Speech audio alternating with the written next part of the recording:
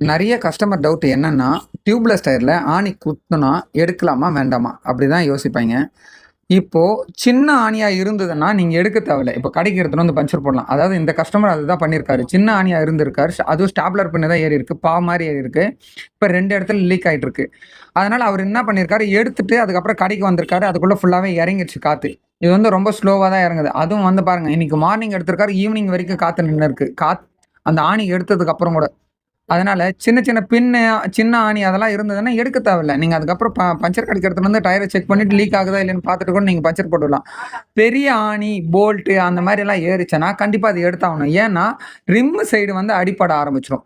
பெரிய ஆணியெல்லாம் ஏறுச்சுன்னா. அதனால வந்து சின்ன சின்ன ஆணிங்கலாம் ஏறுச்சுன்னா, நீங்க எடுக்க தேவையில்ல. நீங்க கடைக்கு எடுத்துட்டு வந்து சோப் ஆயில் மாரி போட்டு செக் பண்ணிட்டு, அந்த இடம் லீக் ஆகுதான்னு பார்த்து நம்ம பஞ்சர ஒட்டிக்கலாம். ஓகேவா?